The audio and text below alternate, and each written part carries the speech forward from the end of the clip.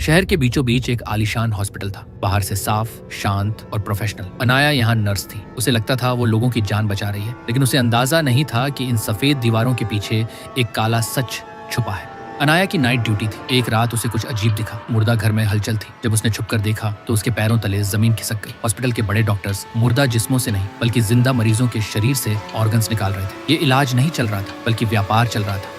सच सामने आ चुका था। अनाया अगले दिन पुलिस स्टेशन गई और पुलिस को सब सच बता दिया। लेकिन अनाया को पता नहीं था कि शहर की पुलिस भी उस हॉस्पिटल के डॉक्टर्स के साथ मिली हुई है। पुलिस ने सारी बात डॉक्टर्स को बता दी, लेकिन डॉक्टरों ने अनाया को धमकाया नहीं बल्कि बड़े प्यार से समझाया। मुंह खोला तो करियर और परिवार सब खत्म। अनाया डर गई और उसने चुप रहने का फैसला किया। लेकिन डॉक्टरों को उस पर भरोसा नहीं था। उन्हें लगा कि ये दोबारा पुलिस के पास जा सकती है, इसलिए उन्होंने उसे हमेशा के लिए चुप कराने का फैसला किया। मारने से बेहतर उन्हें लगा कि उसकी याददाश्त मिटा दी जाए। एक रात उसे धोखे से स्टोर रूम में बुलाया गया, जकड़ लिया गया और जबरदस्ती एक मेमोरी लॉस का एक्सपेरिमेंटल इंजेक्शन लगा दिया गया। उन्हें लगा सुबह तक वो सब भूल चुकी होगी। इंजेक्शन देने के कुछ ही घंटों बाद अनाया का शरीर अजीब तरह से रिएक्ट करने लगा। उसकी आंखें खून जैसी लाल हो गई, ताकत 10 गुना बढ़ गई। दर्द की चीख एक जानवर की दहाड़ में बदल गई। सिर्फ अनाया ही नहीं, उसका इन्फेक्शन हवा की तरह फैला। हॉस्पिटल के सारे मरीज एक खूंखार रूप ले चुके थे। रात के अंधेरे में अनाया अब नर्स नहीं, मौत बन चुकी थी। वो पागलों की तरह नहीं बल्कि एक मिशन के साथ निकली थी। उसने चुन चुनकर उन डॉक्टर्स को निशाना बनाया जो उस रैकेट में शामिल थे। साफ दिख रहा था कि वो गुस्से में नहीं बल्कि एक अजीब सी शांति के साथ सबको मार रही थी, जैसे कोई अधूरा हिसाब चुकता कर रही हो।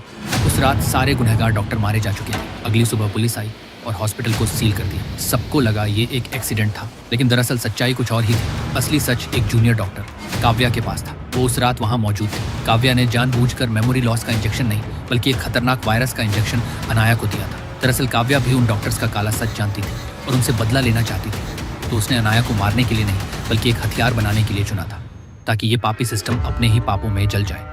अंत में सारे दोषी मारे गए। अनाया बेहोश मिली। केस फाइल में इसे वायरल रिएक्शन बताकर बंद कर दिया गया। लेकिन जैसे ही अस्पताल की लाइट बंद हुई, अंधेरे में अनाया की उंगली हल्की सी हिली। कहानी खत्म नहीं हुई थी, अभी तो साइड इफेक्ट शुरू हुआ था।